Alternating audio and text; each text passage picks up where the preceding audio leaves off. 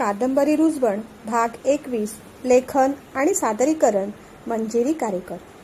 सकाळी देव आणि वैदही सकाळीच मस्तपैकी लॉंग ड्राईव्हला गेले। तिथून आल्यानंतर मात्र छानपैकी तयार होऊन जवळच्या देवळात गेले। बाहेर पक्ष्यांचा किलबिलाट होता।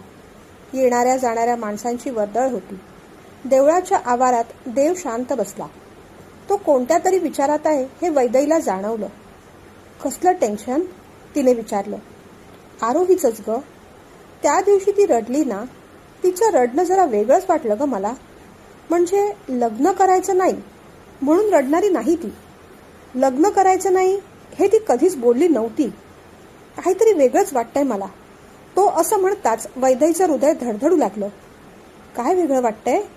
तिने विचारलं। अंदाज येत नाहीये, पण ते नॉर्मल नाही एवढं नक्की। मला सांग, तुला का लग्न करायचं नव्हतं? खरं सांग हं, तुला लग्नच करायचं नव्हतं की माझ्याशी करायचं नव्हतं? त्याने विचारलं। अहो, आता माझा विषय कुठे मध्ये आला? मी सांगितलं होतं की माझं कारण तुम्हाला, ती म्हणाली।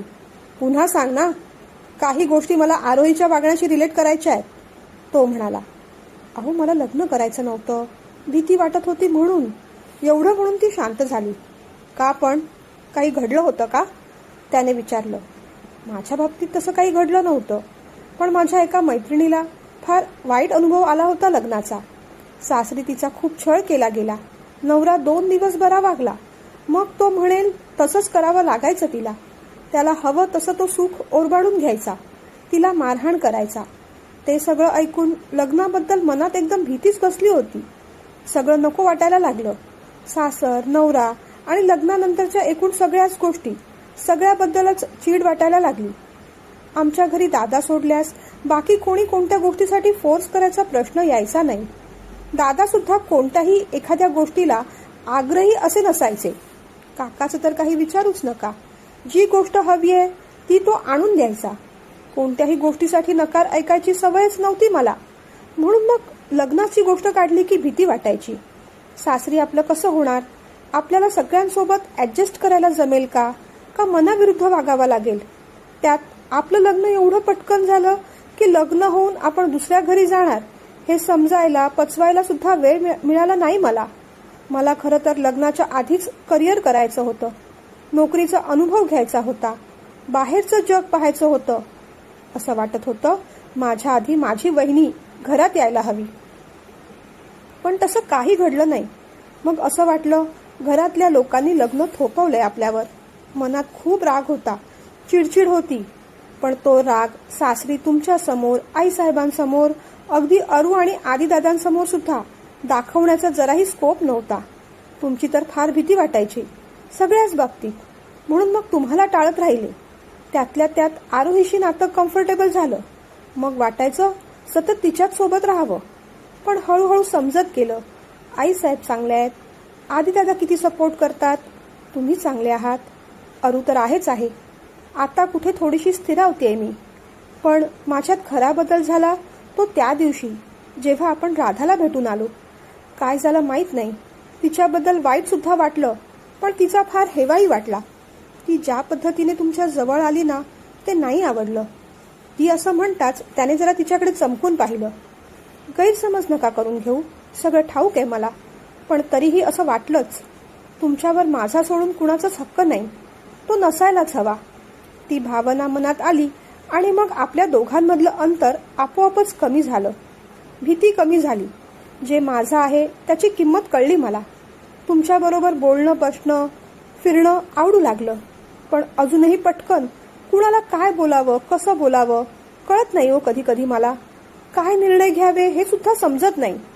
जे समोर दिसतं, आवडतं, पटतं ते पटकन करून मोकळी होते मी।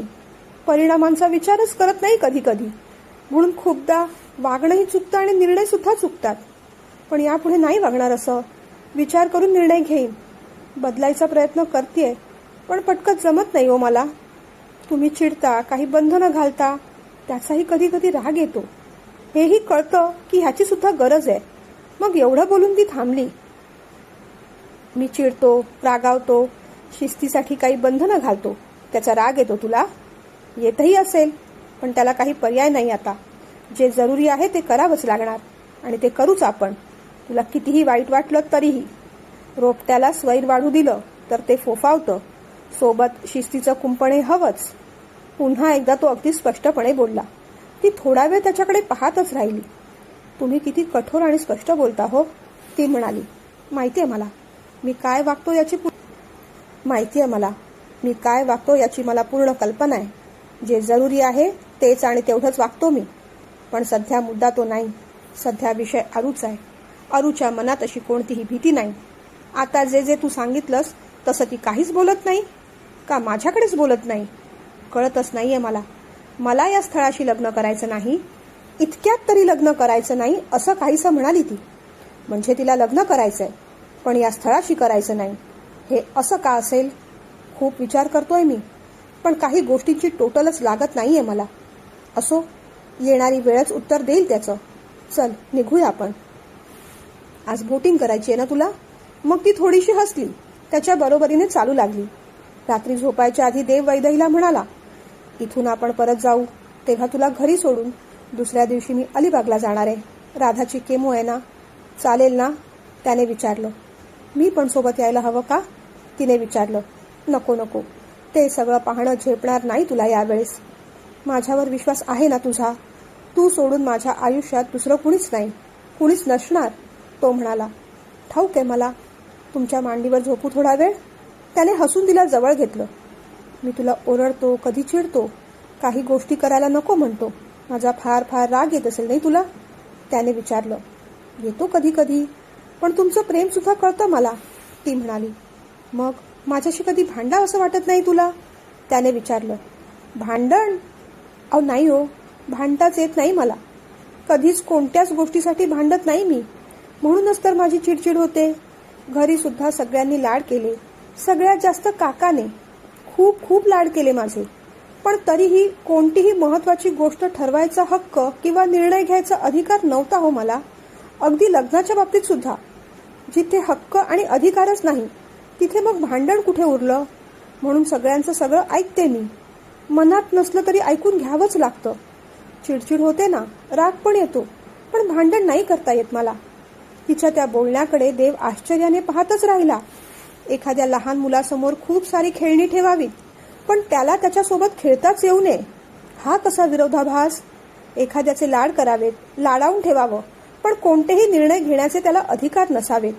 अशा व्यक्तीचा स्वभाव तो कसा होईल? असाच अगदी हट्टी, चिडखोर, बालिश, अपरिपक्व, भित्रा, अनिर्णयक्षम. वैदेहीचा स्वभाव या सगळ्या गोष्टींचा परिपाक होता. पण हळूहळू तिच्यावर जबाबदारी आली की तिचा कॉन्फिडन्स वाढेल, हेही त्याला माहीत होतं. तिला तिच्या कोशातून बाहेर यायला त्रास होणारच होता, पण त्यानेच तिचं व्यक्तिमत्व खऱ्या अर्थाने फुलणार होतं. आपल्या बायकोसाठी देव त्या सगळ्या गोष्टी करणार होता. प्रसंगी तिला वाईट वाटलं तरी आणि त्याचा राग आला तरीही. ज्या दिवशी वैदेही आणि देव परत येणार त्या दिवशी आरोहीला खूप टेन्शन आलं. ती आदिराजच्या खोलीत गेली. दादा आज परत येईल, खूप भीती वाटते रे मला, ती म्हणाली. मग आरू, आता त्याला काही पर्याय आहे का? सगळं कळणारच आहे त्याला, आदिराज म्हणाला. लगेच सांगणार तू? तिने भीत विचारलं. नाही, मी सांगणार नाहीच आहे. उद्या सकाळी ऑफिसमध्ये मिलिंदा सांगणार आहे. माझ्यात एवढी कुठली हिंमत? तो म्हणाला. दादा, आज रात्री तो येईल, त्याला फेस करायला माझी हिंमत होणार नाही रे. मी लवकर झोपून जाईन. तू सांगशील ना त्याला तसं? ती म्हणाली. असं किती दिवस तोंड लपवून राहणार आहेस? बोल की मोकळेपणाने, आदिराजने सुचवलं. नको, हे सगळं कळायच्या आधी नाही होणार हिंमत. नंतर काय ते एकदमच सॉरी बोलून टाकेन मी, ती म्हणाली. ठीक आहे, मग जेवून घे लवकर आणि झोपून जा, आदिराज म्हणाला. रात्री 9:30-10 वाजता देवादेव आणि वैदेही आले. दोघेही एकदम खुश होते. ट्रिप कशी झाली दादा? आदिराजने विचारलं. मस्त, मजा आली. तुम्ही सगळे बरे आहात ना? प्रांजलला भेटला होतास? देवने विचारलं. एकदा भेटलो होतो. देव मग थकून सोफ्यावर बसला. आरू कुठे आहे रे? त्याने विचारलं. झोपली आहे ती, आदिराज म्हणाला. एवढ्या लवकर? आली झोपली. तुम्ही जेवून आलात का? आदिराजने विचारलं. हो, जेवून आलो. तेवढ्यात देवचं लक्ष समोरच्या तुटलेल्या टेबलकडे गेलं. हे रे काय आधी, ही काच कशी फुटली? आणि त्यानंतर लगेचच त्याचं लक्ष आधीच्या बँडेड लावलेल्या हातावर गेलं. तू फोडलीस? त्याने विचारलं. अरे फोडली असं काय विचारतो? फुटली माझ्याकडून. धक्का लागला आणि फुटली. देवने जरा अविश्वासानेच त्याच्याकडे पाहिलं. ठीक आहे, हे बघ, उद्या सकाळी मी अलिबागला जाणार आहे. राधाची केमो आहे, मी सोबत असायला हवं तिच्या. देव म्हणाला, अरे बापरे, आता कसं होणार? आदिराज पटकन बोलून गेला, काय व्हायचंय त्यात, केमो डॉक्टर करणार, मी फक्त सोबत असणार आहे. तो म्हणाला. आदिराज तसा भानावर आला. मग यायला तुला उशीरच होईल नाही? आता उद्याचं काम परवावर जाईल. आदिराज पुटपुटला. कसलं काम? ऑफिसमध्ये काही महत्वाचं काम आहे का? देवने विचारलं. नाही, महत्वाचं नाही. ठीक आहे, मग आता आम्ही झोपतो, तूही घे झोपून. शॉपिंग काय केली ते उद्या दाखवतो. असं म्हणत देव उठला. रूममध्ये जायच्या आधी त्याचं लक्ष आरोहीच्या बेडरूमकडे गेलं. खरंच झोपली असेल ही. खांदे उडवतच मग तो त्याच्या रूममध्ये आला. दोघेही दमले होते म्हणून झोपून गेले. दुसऱ्या दिवशी तो लवकर उठला. वैदेही झोपली होती. त्याने तयारी केली आणि निघताना वैदेहीला सांगितलं, अहो तुम्ही निघालात, चहा वगैरे घेतलात का? पटकन देऊ का करून? तिने विचारलं. नको नको, तू दमली आहेस, मी वाटेत घेईन काहीतरी. तो म्हणाला. लवकर याल ना? प्रयत्न तर असाच राहील. तिच्या डोक्यावरून हात फिरवत तो निघून गेला. तास दीड तासाचा प्रवास बराच झाला, पण त्यानंतर मात्र रस्त्यावर कुठेतरी ट्रॅफिक लागलं. बराच वेळ गेला. त्याने देशमुखांना फोन करून विचारलं, राधा कशी आहे? साहेब आज खूप रडतायत मॅडम, फार त्रास होतोय त्यांना. हॉस्पिटलमध्ये पण जबरदस्ती घेऊन जावं लागलं. तुम्ही आता डायरेक्ट हॉस्पिटलमध्येच पोहोचा. ते ऐकून देवला वाईट वाटलं फार. तो पोहोचणार त्याच्या आधी अर्धा तास पुन्हा देशमुखांचा फोन आला. साहेब कुठे आहात तुम्ही? आलो देशमुख, आलो.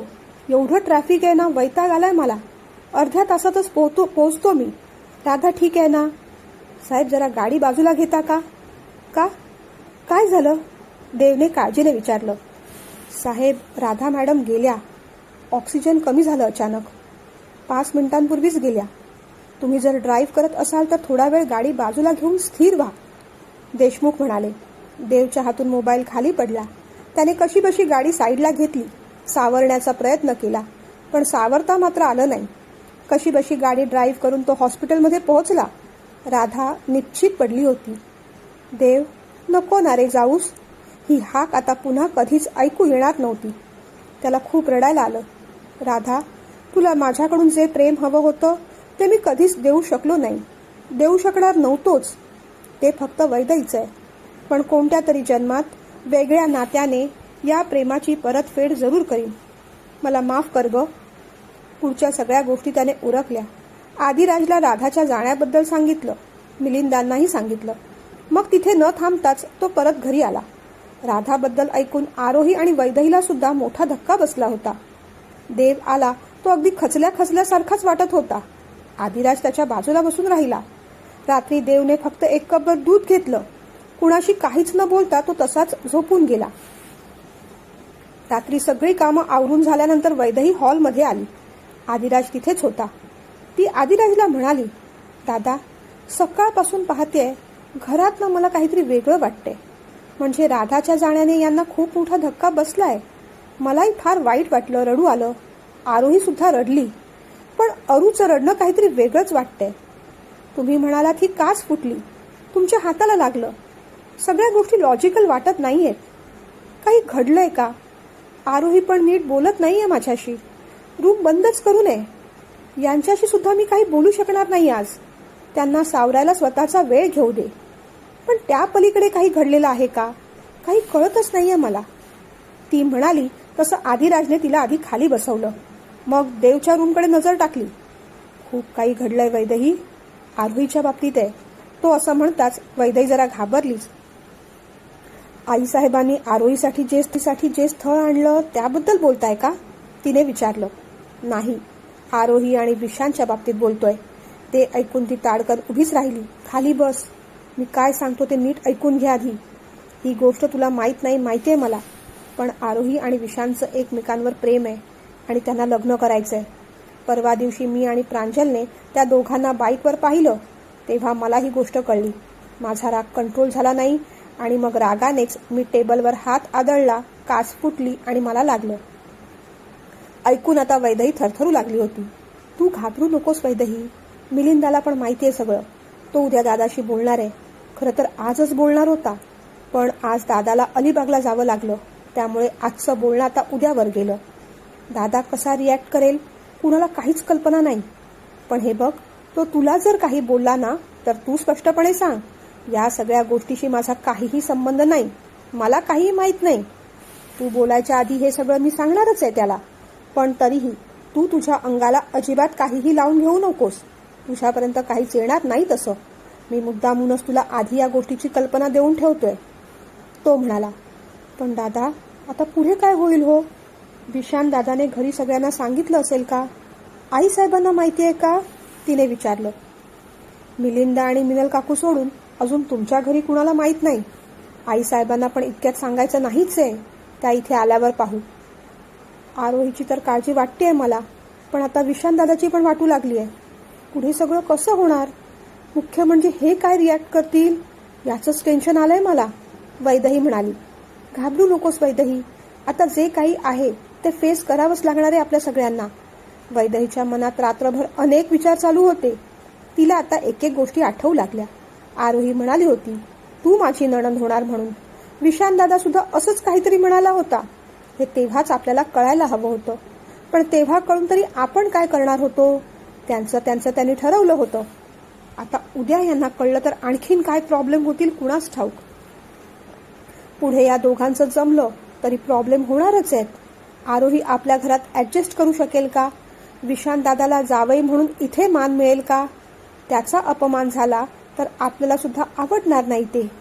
त्या दोघांना लग्न करायचंय, पण समजा हे आणि आईसाहेब या लग्नासाठी तयार झाले नाहीत तर आरोहीचं आणि विशान दादाचं कसं होईल?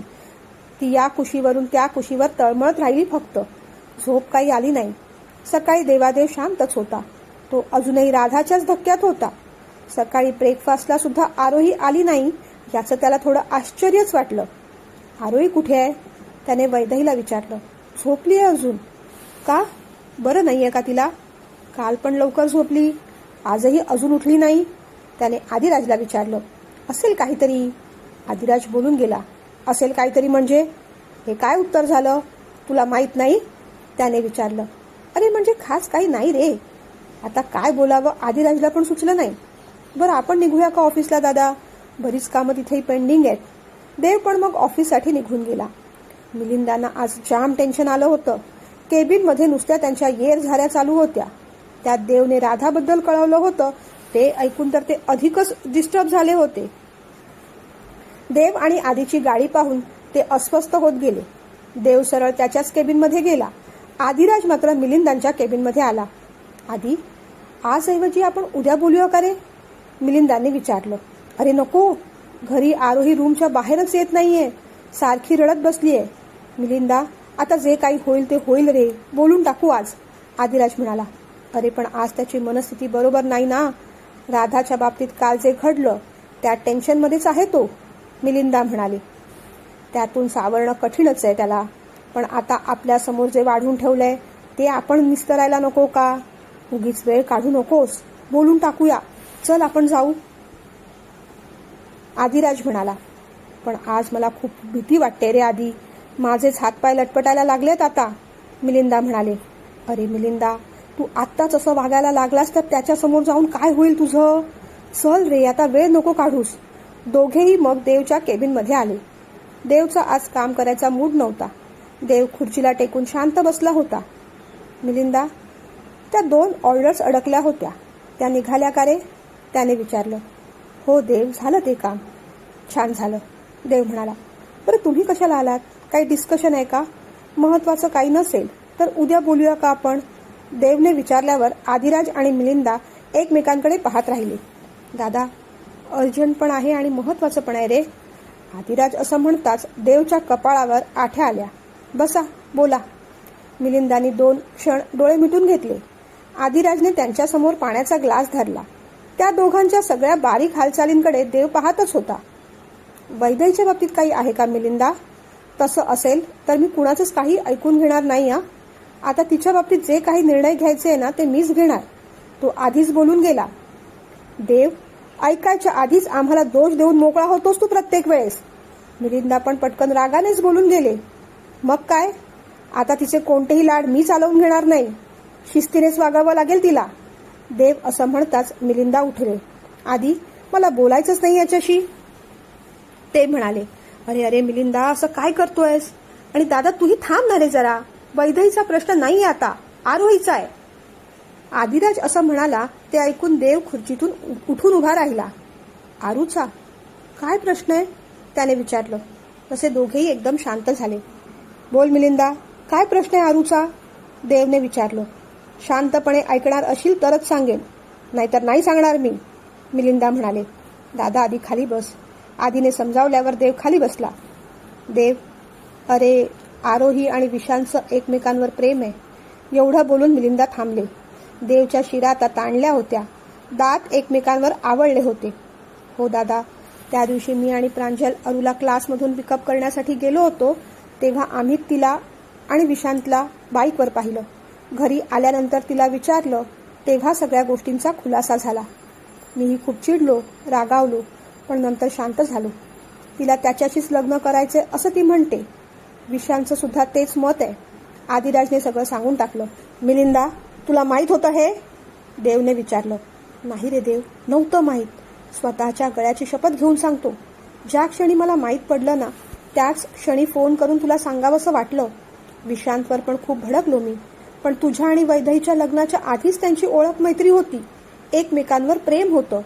खरंच सांगतो देव, मला काहीही नव्हतं रे माहीत. ज्या दिवशी आधीला कळलं त्याच दिवशी विशांतने मला येऊन सांगितलं. मिलिंदाने आधीच स्पष्टीकरण देऊन टाकलं. पण वैदेहीला तर सगळं माहीत असणार ना. तिला माहीत नाही हे शक्यच नाही. म्हणूनच तर सगळी लपवाछपवी चाललेली असते तिची. देव रागाने म्हणाला. अरे नाही नाही दादा, तिला तर यातलं काहीही माहीत नव्हतं. काल रात्री मी तिला सांगितलं, आदिराज म्हणाला. तिची पाठराखण करण्यात कमी कायस तू आधी? देवने विचारलं. हे बघ दादा, पाठराखण करायचा काय संबंध?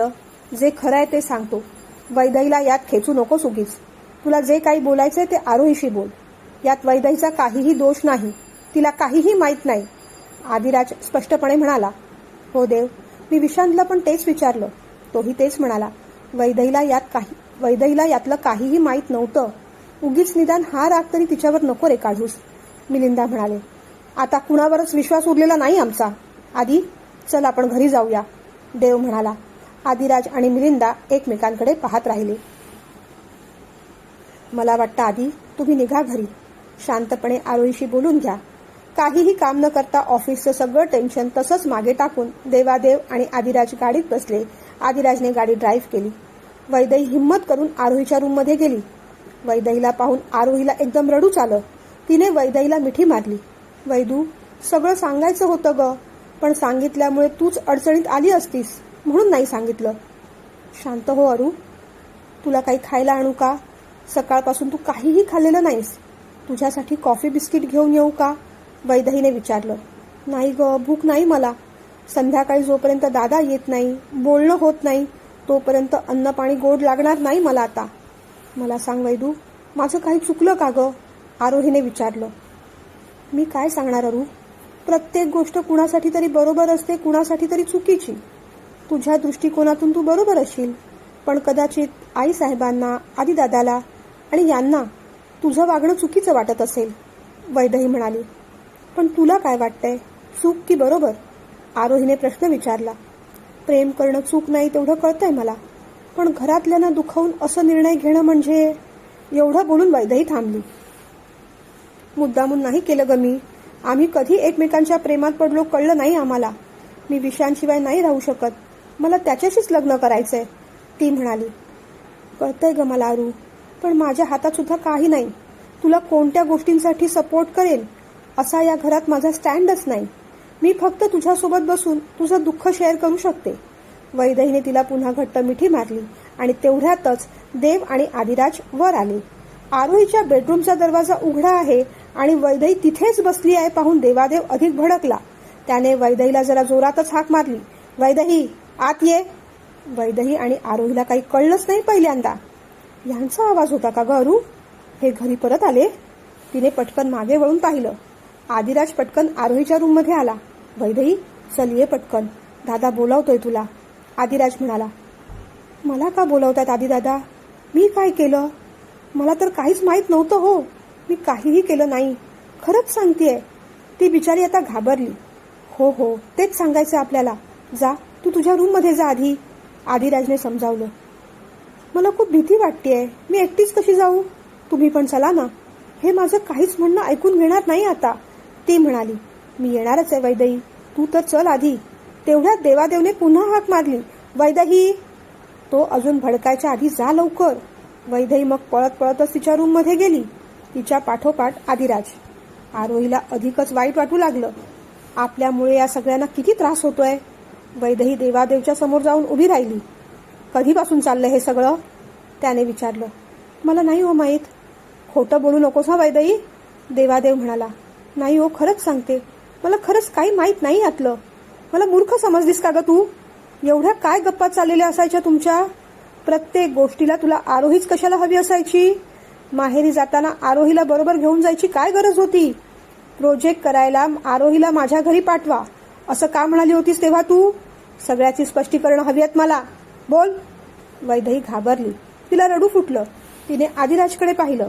दादा, तुला आधी सांगितलंय मी, या सगळ्या गोष्टीशी वैदेहीचा काहीही संबंध नाही. तिला का दोषी धरतोयस तू? आदिराजने असं विचारताच देवादेवने दोनदा चुटकी वाजवली. आदी, तू रूमच्या बाहेर निघ पटकन, देव म्हणाला. नाही जाणार, जा. आदिराज पण रागानेच म्हणाला. देवने त्याच्याकडे आश्चर्याने आणि रागाने पाहिलं. थोडा गडबडला तो. सॉरी, अरे पण ऐकून घे ना, वैदेहीवर नको रे चिडूस, ती खरं बोलतेय. आदिराज काही बोलणार त्या आधीच देव म्हणाला. माझा आता हात उचलायच्या आधी तू निघा आधी. हे बघ दादा, आज तू मला काहीही बोललास तरी चालेल, पण मी माझा तोच स्टँड कायम ठेवणार आहे. वैदेहीची यात काहीही चूक नाही आणि माझा स्टँड अगदी खरा आणि बरोबर आहे. शिवाय आता या सगळ्या इतर गोष्टी जाणून घेऊन तू काय करणार आहेस? वैदेहीशी बोलण्यापेक्षा आरोहीशी बोलायला हवं असं नाही का वाटत तुला? आदिराजने विचारलं.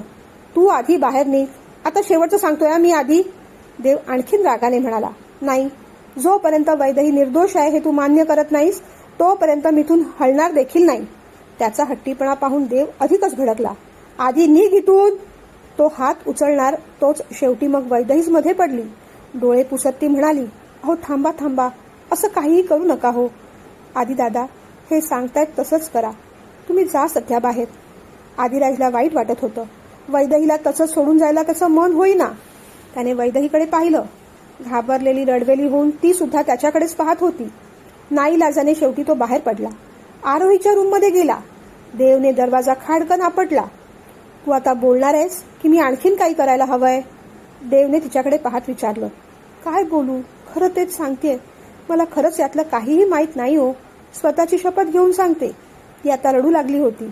नका न चिडू माझ्यावर, मी खरं सांगतेय, कधीतरी विश्वास ठेवा की माझ्यावर. तिची ती अवस्था पाहून मग देवादेवला जरा वाईट वाटलं.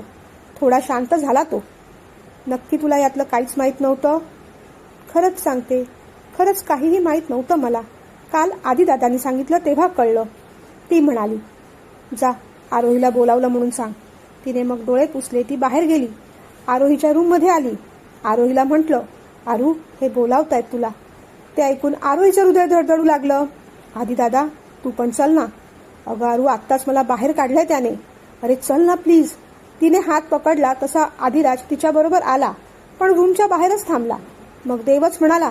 ये आधी, तू पण आतमध्ये ये. आदिराज आत आला. आरोही थरथरत होती. आदिराजने तिला बसायला खुर्ची दिली. अरू, अगं काय केलंस ग हे? आम्ही तुझ्यावर विश्वास ठेवला म्हणजे आम्हीच मूर्ख ठरलो ना. एवढ्या शांतपणे देवने तिला विचारलं. सगळ्यांनाच त्याचा धक्का बसला. आरोही आता रडू लागली. आता मला सांग, काय ठरवलंयस तू? देवने विचारलं. दादा, आमचं एकमेकांवर प्रेम आहे रे, आम्हाला लग्न करायचंय, ती म्हणाली. ती गोष्ट शक्यच नाही आरू. हे सगळं इथेच थांबवून टाकायचं. आईसाहेबांनी जो मुलगा बघितलाय त्याच्या बाबतीत विचार करू आपण. म्हणजे आता तसाच विचार करायला लागेल आम्हालाही, देव म्हणाला. अरे दादा, असं काय बोलतोयस? विशान सोडून मी इतर कुणाबरोबर सुद्धा लग्नाचा विचार नाही रे करू शकत, ती म्हणाली. का, नातं इतकं पुढे गेलंय तुमचं? देवने रागानेच विचारलं. नाही रे दादा, समाजाच्या मर्यादा ओलांडल्या नाहीत आम्ही, पण भावनांचं काय करायचं? एकमेकांशिवाय नाही राहू शकत आम्ही, आरोही म्हणाली. हे बघ आरू, हा मूर्खपणा इथेच थांबला पाहिजे. लग्न म्हणजे फक्त दोन व्यक्तींमध्ये होत नसतं. 2 कुटुंब त्यात सामील असतात. इतर सगळ्याच गोष्टी पाहाव्या लागतात. मुलींसाठी तर ते अधिक कठीण असतं. तुझा निर्णय मला योग्य वाटत नाही. आता मी सांगेन तसंच होईल आणि आता यावर पुढे अधिक चर्चा नको. देव म्हणाला. आदिराज त्याच्याकडे पाहतच राहिला. नाही दादा, तू म्हणतोस तसं अजिबात होणार नाही यावेळेस. सगळ्या गोष्टी प्रत्येक वेळेस तू म्हणशील तशा नाही होणार आता. आरोही असं म्हणताच वैदही आणि आदिराज आता तिच्याकडे आश्चर्याने पाहू लागले. देवला पण एकदम धक्काच बसला. अरू, काय बोलतेस तू? दादाशी बोलायची ही पद्धत नाही. शांतपणे समजावू आपण त्याला, आदिराज म्हणाला. अजून किती शांतपणे समजावणार त्याला? तुझ्या वेळेस तू शांतपणे समजावलं नव्हतंस काय त्याला? त्याने त्याचाच हट्ट धरून ठेवला. त्याने हट्ट सोडला असता तर तुमचं लग्न कधीच झालं असतं. पण त्याला प्रत्येक निर्णय स्वतःच्या पद्धतीनेच घ्यायचे असतात. माझ्यावर सुद्धा इतकी बंधनं का लादली? मी लहान आहे का आता? मी आता या बंधनात मुळीच राहणार नाही. मी कुणाचंही काही ऐकणार नाही. कायद्याने सज्ञान आहे मी. तुमची परवानगी असेल तर ठीक, नाहीतर ती म्हणाली. नाहीतर काय? नाहीतर काय? देवने विचारलं. नाहीतर तुमच्या परवानगीशिवाय लग्न करेन मी. आरू, देव ओरडला. आदिराज पण घाबरला. काय मूर्खासारखं बोलतेस तू आरू? मोठी शहाणी झालीस तू. प्रश्न बसून सोडूया म्हटलं ना मी. हे कायदा वगैरे कुणाला सांगतेस तू? आदिराज भडकला. मग काय करू दादा? विशांतवर माझं प्रेम आहे. त्याच्याशिवाय नाही राहू शकत मी. किती वेळा तेच सांगू आता? ती म्हणाली. मान्य आहे सगळं. विशांतवर तुझं प्रेम असेलही. पण तुम्ही भेटून अवघे 24 महिने सुद्धा झाले नसतील. त्या तेवढ्या प्रेमासाठी 23-24 वर्ष तुझ्या डोक्यावर सावली धरणाऱ्या दादाला तू आता कायद्याची भाषा ऐकवतेस. खूप चुकतंय तुझं. माफी माग त्याची आधी, आदिराज म्हणाला. मलाही सहन नाही होते आता. मलाही अपमान नाही करायचा कुणाचा. पण माझ्या मार्गात आता कुणी येऊ नका प्लीज, असं म्हणत आरोही दनादन पावलं उचलत निघून गेली. देव हताश होऊन तिच्याकडे पाहत राहिला. त्याला मोठा धक्का बसला होता. आदिराज पण आरोहीला समजवायला तिच्या खोलीत गेला. वैदही मात्र बिचारी भित्र्या सशासारखी इथे तिथे पाहत राहिली. देव मटकन बेडवर बसला. काय करावं वैदहीला कळेच ना. तिने ग्लासमध्ये पाणी ओतलं, देवच्या समोर धरलं. देवला भयंकर राग आलाच होता. त्याने तो ग्लास इतक्या जोरात भिरकावला की तो सरळ खोलीच्या बाहेरच गेला. ग्लास फुटल्याचा आवाज झाला. त्या आवाजाने आरोही आणि आदिराजने बाहेर पाहिलं. वैदही बिचारी रडत होती. जमेल तशा काचा गोळा करत होती. तिचं अगदी स्मरण झालं होतं. एकीकडे आरू, दुसरीकडे विशांत दादा आणि तिसरीकडे आता हे. कुणाच्या बाजूने बोलावं? आणि बोललं तरी आपलं म्हणणं कोण ऐकून घेणार? रात्री जेवणासाठी कुणी खाली आलंच नाही. सगळं जेवण तसंच फुकट गेलं. वैदही आदिराजच्या खोलीत गेली. दादा, तुमच्यासाठी दूध केळं वगैरे आणू का काही? केळं वगैरे नको ग, फक्त दूध दे जरा, आदिराज म्हणाला. बरं, आरूला पण विचारून घेते. मग ती आरोहीच्या खोलीत गेली. आरू, फळ वगैरे खाऊन घेतेस का ग? सकाळपासून उपाशी आहेस तू. काहीतरी होईल तुला. चक्कर वगैरे येईल. नको ना असं करूस. थोडंसं तरी खाऊन घे, ती म्हणाली. नको वैदू, तू जा प्लीज इथून, आरोही म्हणाली. वैदही मग तिच्याच बेडरूममध्ये आली. इथे देवादेव सुद्धा धक्क्यावर हात ठेवून बेडला टेकून बसला होता. त्याचे डोळे बंदच होते. ती पुढे झाली. अहो, तुमच्यासाठी थोडं दूध आणू का? नको, तो म्हणाला. काहीही खाल्लं नाहीत तुम्ही. दूध तरी घ्या निदान, तिने समजावलं. नकोय मला. ती मग काहीच न बोलता आदिराजसाठी दूध आणायला बाहेर पडणार तोच देवादेवने तिला थांबवलं. थांब ग, यापुढे तू पुन्हा आरोहीशी बोलायला जायचं नाही हा. ते ऐकताच वैदहीला एकदम धक्काच बसला. पुढे काही विचारायची हिंमत तर होईना. घरात चाललंय तरी काय? आरोही फारच मनाला लागेल असं बोलली यांच्याशी. आणि आता हे सुद्धा असंच हट्टीपणाने वागणार की काय तिच्याशी? या सगळ्यात माझं मात्र मरण होतंय. ती बाहेर पडली. कपभर दूध घेऊन ती आदिराजच्या रूममध्ये गेली सरळ. थँक्यू वैदही. आरोहीने काही खाल्लं की नाही? आणि दादाने तरी? त्याने विचारलं. दोघांनी काहीही खाल्लेलं नाही. आणि आता आरोहीला काही विचारायला सुद्धा जाऊ शकत नाही मी, ती म्हणाली. का ग, बोलत नाहीये का ती तुझ्याशी? आदिराजने विचारलं. दादा, यांनी सांगितलंय यापुढे आरोहीशी बोलायला जायचं नाही म्हणून. ते ऐकून आदिराज पण एकदम टेन्शनमध्ये आला. एकाच घरात राहून हे कसं ग जमवायचं? वैदही, आता लवकरात लवकर आईसाहेब आल्याच पाहिजेत, नाहीतर घराचं रणांगण होईल आता. माझं तर ना खूपच मरण होतंय दादा. माझ्या घरी फोन करावासा वाटतोय. विशान दादाशी बोलावंसं वाटतंय. त्याची खूप काळजी वाटते. त्याला पण मला खूप काही सांगायचं असणार, पण यांच्या भीतीने यांच्या समोर आणि अगदी मागे देखील मला करता येत नाहीये. ते काय करावं कळतच नाहीये. ती बिचारी रडू लागली. उद्याचा एक दिवस थांब जरा. हळूहळू तो शांत झाला ना की पुन्हा एकदा बोलून घेईन त्याच्याशी मी. आता वातावरण तापलंय. तुझी पण अवस्था कळतेय मला, पण सध्या थोडा धीर ठेव, विश्वास ठेव, सगळं ठीक होईल. वैदेही मग बाहेर पडली. गुपचूप तिच्या बेडरूममध्ये आली.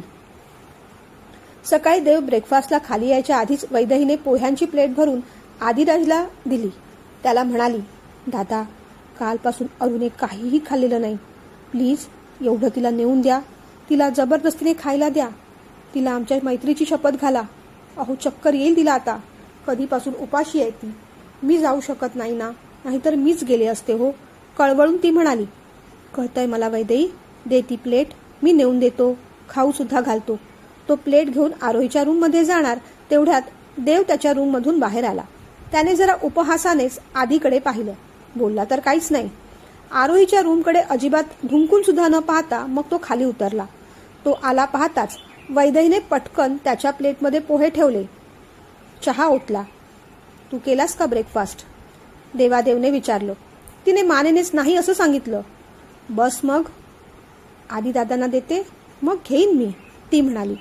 अजून कुणाकुणाला वाटायचंय तुला? तो असं म्हणताच ती गुपचूपपणे त्याच्या बाजूला जाऊन बसली. तिने प्लेटमध्ये थोडेसे पोहे घेतले, पण लक्ष मात्र सगळं वरच होतं. अरुणे काही खाल्लं असेल का? 2-4 मिनिटांनी आदिराज रिकामी प्लेट घेऊन आला. ते पाहून तिला जरा बरं वाटलं. दादा, तुम्ही पण बसा, ऑफिसला जायचंय ना, असं म्हणत तिने त्याची पण प्लेट भरली. कुणी काही बोललं नाही. आदिराज आणि देवादेव ब्रेकफास्ट झाल्यानंतर ऑफिसला निघून गेले. वैदेहीला फार एकटं एकटं वाटू लागलं. आरोहीला तिची गरज होती कळत होतं, पण आता जाताही येत नव्हतं. गुपचूपपणे ती आपल्याच रूममध्ये आली. तिने मिलिंद काकाला फोन केला. मिलिंदा अगदी देवच्या समोरच बसले होते नेमके. त्यांचं कामाचंच बोलणं चाललं होतं. वैदेहीचा फोन आल्यावर त्यांनी जरा दुर्लक्षच केलं. त्यांना देव समोर तो फोन उचलायचा नव्हता. फोन कुणाचा आहे देवला कळलं नाही. तो म्हणाला, घे मिलिंदा, फोन घे ना आधी, मग बोलू आपण. त्याच्यासमोर आता पटकन उठून सुद्धा जाता येत नव्हतं. मिलिंदाने मग नाईलाजाने फोन घेतला. बोल वैदू, ते असं म्हणताच देवने नजर वर करून पाहिलं. काका, घरी सगळे कसे आहेत रे? दादा कसा आहे? तू घरी बोललास का कुणाला? ठीक आहे सगळं. सध्या ना मी कामात आहे. तुला थोड्या वेळाने करू का? त्यांनी विचारलं. का रे काका, हे समोरच आहेत की काय तुझ्या? हो आहे. बरं, नंतर तुला वेळ मिळाला की कर मला फोन, ती म्हणाली. करतो, असं म्हणत मिलिंदानी फोन ठेवला. काय म्हणत होती ती? देवने स्पष्टपणे विचारलं. खास काही नाही रे, घरी सगळे बरे आहेत ना, एवढंच विचारलं तिने. देव काही बोलला नाही पुढे. देव, आरोहीशी बोलणं झालं तुझं? काय म्हणाली ती? भीत भीत मिलिंदाने विचारलं. बऱ्या बोलाने आम्ही तयार झालो तर ठीक, नाहीतर कायद्याचे रंग दाखवेल, असं म्हणाली. अजिबात आवाजाचा चढ उतार न करता देवने एका क्षणात बोलून टाकलं. मिलिंदा चांगलेच हादरले. काय बोलावं त्यांना कळेच ना. विषय सावरत ते म्हणाले, अरे वेडी आहे ती, लहान आहे अजून, घाबरून पटकन काहीतरी बोलून गेली असेल. काय बोलावं कळलं नसेल त्यावेळेस, म्हणून काहीतरी बोलून गेली. मिलिंदा म्हणाले. नाही रे मिलिंदा, तिला काय तू वैदेही समजलास? कुणालाही आणि कशालाही घाबरायला? आमच्या विरोधात कायदा वापरणार आहे ती, आणि तिच्या सपोर्टला माणसं असल्याशिवाय असं कसं बोलेल ती? देव म्हणाला. मिलिंदाने मग घाबरूनच त्याच्याकडे पाहिलं. हे बघ देव, कायद्याची वगैरे भाषा वापर असं विशांत कधीही सांगणार नाही तिला. तसं जर तो म्हणाला ना तर त्याला इथेच फोडून काढेन मी. विश्वास ठेव माझ्यावर. विशांतचा स्वभाव मिलिंदाला माहीत होता. आपल्या संस्कारांवर विश्वास होता. काहीही झालं तरी विशांत आरोहीला अशा प्रकारची फूस लावणार नाही याची त्यांना 100% गॅरंटी होती. मग काय, आमचंच नाणं खोटं म्हणायचं. पडलेल्या आवाजात देव म्हणाला. आता ते बाकी सगळ्यांचं जाऊ दे, तू नक्की काय ठरवलंयस ते मला सांगशील का? मिलिंदाने विचारलं. मी काय ठरवणार? ज्यांना ठरवायचं त्यांनी ठरवलंय. आता पुढचं कसं काय करायचं ते आईसाहेब येऊन पाहतील. माझा रोल संपला. म्हणजे तिच्या दृष्टिकोनातून तो कधी नव्हताच तसा, म्हणून सुरू व्हायच्या आधीच तिनेच तो संपवून टाकला. आता या सगळ्या प्रकरणातून मी बाहेर पडलोय, मी आणि वैदही सुद्धा. तेव्हा उगीच तिलाही विनाकारण या प्रकरणात ओढू नका. अर्थात तिला जर या सगळ्या प्रकरणात स्वतःहून उडी मारायची इच्छा असेलच तर मी अडवणार सुद्धा नाही. आज या विषयावर तिच्याशी स्पष्टपणे बोलणारच आहे मी. देव असं म्हणताच मिलिंदांच्या भुवया उंचावल्या. आता होकार आहे की नकार हे विचारण्यासाठी ही वेळ योग्य नाही असं समजून मग त्यांनी तो विषय टाळून दिला. आता वहिनीसाहेब आल्याशिवाय या प्रकरणात हात घालायचा नाही आणि आपल्या घरी सुद्धा इतक्यात कुणालाही सांगायचं नाही असं त्यांनी ठरवून टाकलं. वैदही बराच वेळ रूममध्ये आली नाही पाहून आरोहीच मग तिच्या रूममध्ये गेली. वैदू, तू पण रागावलीस का ग माझ्यावर? आरोहीने विचारलं. नाही ग अरू, पण बोलता बोलताच वैदहीला रडू फुटलं. पण काय? यापुढे तुझ्याशी बोलायचं नाही असं सांगितलं यांनी. काय? देवदादा असं म्हणाला? आरोहीने विचारलं. तू जे बोललीस ते यांच्या मनाला लागलंय खूप. माझ्याशी पण नीट बोलत नाहीयेत ते. सॉरी अरू, मला तुझ्याशी नाही बोलता यायचं. आदिदादा म्हणालेत ते पुन्हा यांच्याशी बोलणार आहेत, पण तोपर्यंत तरी आपण दोघींनी न बोललेलंच बरं. आरोही मग काहीच न बोलता तिच्या रूममध्ये परत निघून गेली. तिने रागानेच आदिराजला फोन केला. बघितलंस ना आदिदादा, देवदादा कसं वागला ते? वैदहीला सांगितले माझ्याशी बोलायचं नाही म्हणून. आरोही म्हणाली. मग बरोबर केलंय त्याने. खरं तर मलाही तुझ्याशी बोलायची इच्छा नाहीच आहे. असं कसं बोललीस तू त्याला? मुळात त्याने हे सगळं कसं ऐकून घेतलं याचंच मला आश्चर्य वाटतंय. एवढा अपमान त्याने कसा पचवला असेल? डायरेक्ट कायद्याची भाषा बोललीस तू त्याला. खूप चुकली आहेस तू आरू. हे सगळं प्रकरण आणखीन बिघडायला नको असेल तर आजच्या आज त्याला सॉरी म्हण, नाहीतर हे प्रकरण खूपच चिघळेल. एक संबंध जोडायला जातेस खरी, पण त्याच्यासाठी रक्ता नात्याचे संबंध तोडतेस तू. आता काल जे झालं ते बदलणं शक्य नाही, पण निदान आत हात जोडून त्याची माफी माग. संपवून टाक हे सगळं, नाहीतर त्याचे भयंकर परिणाम होतील. आदिराज असं बोलल्यानंतर आरोही पण विचारातच पडली. आपण खूपच हार्श बोललो का दादाशी? पण देवदादा अगदी त्या दुसऱ्या स्थळाशी माझं लग्नच लावून द्यायला निघाला होता. तिने मग आधी विशांतला फोन केला. जे घडलं ते सगळं सांगून टाकलं. विशांतनेही तेच सांगितलं. देवदादा रागाने काही बोलले असतील त्या स्थळाबद्दल, पण हे बघ, घरच्यांची परवानगी असेल तरच आपण पुढे जायचं. त्यांना दुखावून त्यांना त्रास होईल असं आपण काहीही करायचं नाही. सध्या सगळेच दुखावले गेले आहेत. आपण कन्व्हिन्स करत राहूच. आपण इतर कुणाशीही लग्न करायचं नाही, कन्व्हिन्स करत राहायचं, पण त्यांच्या विरोधात जाऊन काहीही करायचं नाही. तू हे जे काही कायद्याचं बोललीस ते फार चुकीचं बोललीस. आज लगेचच देवना सॉरी म्हणून टाक. मला खरं तर वैदहीशी पण बोलायचंय. तिचं या सगळ्यात मरण होतंय कळतंय मला, म्हणूनच मुद्दामूनच मी तिला फोन करत नाहीये. असो, 1-2 दिवसात तिलाही फोन करून घेणारच आहे मी, पण सध्या तू देवना सॉरी बोलून टाक असं म्हणून विशांतने फोन ठेवून दिला. अरुला आता जास्तच भीती वाटू लागली. उगीच एवढ्या टोकाचं बोललो आपण. संध्याकाळी रामू काका जेवण बनवून गेले. वैदहीने गुपचूप आरोहीची प्लेट भरली. तेवढ्यात आदिराज आणि देवादेव एकदमच खाली उतरले. आता ही प्लेट द्यायची कशी असा प्रश्न तिला पडला. पण आश्चर्य असं की त्यांच्या पाठोपाठ आरोही सुद्धा खाली उतरली. देवने तर तिच्याकडे पाहिलं सुद्धा नाही. जेवण वाढ वैदही, तो वैदहीकडे पाहून म्हणाला. तिने सगळ्यांसाठीच अगदी आरोहीसाठी सुद्धा जेवण वाढलं. देव काही बोलला नाही त्यावर. आरोहीने मग आधी आदिराजकडे पाहिलं. त्याने डोळ्यानेच सॉरी म्हण असं सांगितलं. तिने मग देवकडे पाहिलं. मान खाली घालून तो गुपचूप जेवत होता. दादा, तिने हाक मारली तरी त्याने मान वर करून पाहिलं नाही. शेवटी मोठ्यानेच ती म्हणाली, देव दादा. मला काही म्हणालीस? त्याने विचारलं. दादा सॉरी, चुकलं माझं. बोलताना खूप वाहवत गेले मी, माफ कर ना. बरं दादा, बोल ना काहीतरी. ती त्याच्या जवळ गेली. त्याच्या मांडीवर डोकं ठेवून रडू लागली. त्याने तिला उठवलं. उठ आरोही, माझी माफी मागण्या इतपत मोठा नाही मी. जेवून घे आणि मला पण जेवू दे. दादा असं नको ना म्हणूस, मी माफी मागतेय ना. तुझ्या सपोर्टशिवाय पुढे जायचं नाहीये मला, ती म्हणाली. आता विषयाला तू हात घातलाच आहेस तर स्पष्ट बोलतोय मी. माझ्यासाठी तो विषय कालच संपला. तुला जे काही करायचंय ते तू आईसाहेबांशी बोलून ठरव. बाकी सगळ्या छोट्या मोठ्या गोष्टीला आधी आहेच. या सगळ्या गोष्टीशी माझा आणि वैदहीचा काहीही संबंध नाही. मग त्याने वैदहीकडे पाहिलं. वैदही, तुलाही विचारतोय मी, तुला या सगळ्या गोष्टीत पडायचं आहे का? तसं असेल तरीही सांग. तुझा निर्णय घ्यायला तू मोकळी आहेस, पण जे काय आहे ते आत्ताच सांग. उगीच माझ्या मागे ह्याला त्याला फोन करायचा, बाहेरच्यांची घरच्यांची खुशाली विचारायची, पुढे काय झालं काय नाही याची माहिती ठेवायची. हे असले उद्योग नको आहेत मला. जे करायचंय ते उघडपणे करा, नाहीतर करूच नका. काय करणार आहेस तू?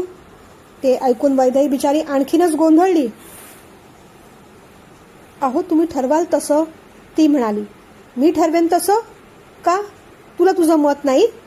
मी ठरवेन ते कशाला करायला हवं तू? त्याने विचारलं. ती बिचारी गप्पच झाली. काय ग, काय ठरवलंयस तू? देवने विचारलं. त्या प्रश्नाचं ती काय उत्तर देणार? तिच्याकडे काहीच उत्तर नाही हे आदिराजला माहीत होतं. तो पटकन म्हणाला, दादा, कुठलाही राग तिच्यावर का रे काढतोस तू? तिने काय उत्तर द्यावं अशी अपेक्षा आहे तुझी? आदिराज म्हणाला. अरे, मला ना कळतच नाही रे आदी, तू प्रत्येक वेळेस तिच्या बाजूने का रे बोलत असतोस? तिने तसं सांगितलंय का तुला? तिला जे काही बोलायचं ती बोलेल ना, तू बस की गप्प. देव म्हणाला. तिने मला तसं काहीही सांगितलं नाही. माझी मला अक्कल आहे आणि मुळीच गप्प बसणार नाहीये मी. तू तिच्याशी कसंही वागलेलं मला नाही चालणार. या सगळ्यात तिची काहीही चूक नाही, पण सगळ्यात जास्त मरण तिचंच होतंय. एकीकडे आरोहीशी बोलायचं नाही असं सांगितलंस तू. तिला किती वाटत असेल तिच्या घरी फोन करावा, तिच्या भावाशी बोलावं. ते तिला करता येत नाहीये. तू जो काही स्टँड घेतलास त्याच्या बरोबरीने ती उभी राहतेय ना, पण तिच्या मनाचा विचार कर ना तू. काय होत असेल तिचं? सगळीच नाती आपली असताना अलिप्त कसं राहता येईल तिला? सगळेच तुझ्यासारखे नसतात ना. तुझ्या इच्छेविरुद्ध वागण्याची हिंमत सुद्धा नाही तिच्यात. या सगळ्या गोष्टीत तू तुझा स्टँड काय ठेवावा हे ठरवायचा अधिकार आहे तुला, पण त्याचबरोबर ती सुद्धा यात भरडली जाते त्याचाही विचार करायला हवा तू. तिला त्रास होईल असं काहीही करू नकोस. जो काही निर्णय घ्यायचा आहे आईसाहेब आल्यावर घेतीलच, पण तोपर्यंत आपणही थोडं समजुतीने वागूया ना. प्लीज, रिक्वेस्ट आहे माझी. आदिराज भडकूनच म्हणाला. त्यावर देव काही बोलला नाही. त्याने ताटाला नमस्कार केला आणि उठून निघून गेला. वैदेही रडत होती. देव जेवणावरून उठला पाहून तीही त्याच्या मागून निघून गेली. आरोहीची पण काही वेगळी अवस्था नव्हतीच. हे सगळं आपल्यामुळेच घडतंय याची गिल्ट मनाला लागलीच होती. आदिराजच्या बोलण्याचा देवने खूप विचार केला. आपल्यामुळे खरंच वैदेहीला खूप त्रास होतोय याची त्याला जाणीव झाली. रात्री तो तिच्या बाजूला येऊन बसला. वैदेही, सॉरी, माझ्या वागण्याचा खूप त्रास होतोय ना तुला, पण काय करू ग, सगळं अनपेक्षित पद्धतीने समोर आलं. आज मी जे काही वागलो त्यासाठी मला क्षमा करशील? मला वाटतं या प्रकरणापासून आईसाहेब येईपर्यंत तरी आपण दूर राहिलेलं बरं. तुझी अवस्था पण कळते मला. एकीकडे सासर, दुसरीकडे माहेर, अशा कचाट्यात अडकली आहेस तू. तू शहाणी आहेस. जे काही करशील ते विचार करूनच करशील. बाकी अजून मी तरी काय बोलू? माझ्यापुरती बोलायचं झालं तर आता मला या प्रकरणात अजिबातच पडायचं नाही. बाकी तुला मी अडवणार नाही आता. अगदी मनापासून सांगतोय. काय करायचं काय करायचं नाही ते तुझं तू ठरव. मी कोणतेही निर्णय तुझ्यावर लादणार नाही आता. तुझ्या निर्णयाच्या आड येणार नाही. तो म्हणाला. खरं सांगू का, काय करावं ते मलाही नाही कळत हो, पण तुमच्यासोबतच राहावं असं वाटतंय. तुम्ही जो काही निर्णय घ्याल तो अगदीच मान्य असेल मला. माझी कोणतीच तक्रार नाही. त्याच्या खांद्यावर आपलं डोकं ठेवत ती म्हणाली. बरं, तसं असेल तर मग आपण सध्या तरी या प्रकरणापासून थोडं अलिप्तच राहूया. ज्या पद्धतीने आरोही वागतेय, बोलतेय ते सगळं माझ्या सहनशक्तीच्या पलीकडे आहे. तिला मी अडवणार नाही. त्यामुळे कुणालाही न दुखावता जे काय होईल ते सध्या पाहत राहूया. चालेल ना? तिने मान डोलावली. रात्री आईसाहेबांनी आदिराजच्या मोबाईलवर फोन केला. अरे आदी, 2-3 दिवस तुम्ही फोनच केला नाहीत मला. आता सुद्धा मी देवला फोन करते, उचलत नाहीये तो. तुम्ही सगळे बरे आहात ना? हो आईसाहेब, बरे आहेत सगळे. देव दादा जरा डिस्टर्ब आहे. अहो, राधा गेली. अरे अरे अरे, फार वाईट झालं रे. बिचारीला वेदनाच किती होत्या. देव डिस्टर्ब आहे. असणारच, त्याला वाईट वाटणारच. ऐकून माझ्याच काळजाचं पाणी पाणी झालं. पण बरं आहे ना तो? हो आईसाहेब, ठीक आहे सगळं. तुम्ही कधी येताय? आदिराजने घाईघाईने विचारलं. उद्या निघायचं म्हणतोय. देवला सांग गाडी पाठवायला. मावशीने धान्य, कडधान्य, फळं, भाज्या सगळं दिलंय. तेव्हा मोठी गाडी पाठवायला सांग. आईसाहेब म्हणाल्या.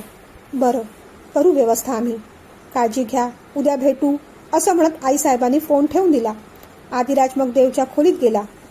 उद्या आईसाहेब यायचं म्हणतायत. मोठ्या गाडीची व्यवस्था करायला सांगितली आहे. आईसाहेब येणार हे ऐकून वैदेहीला खूप बरं वाटलं.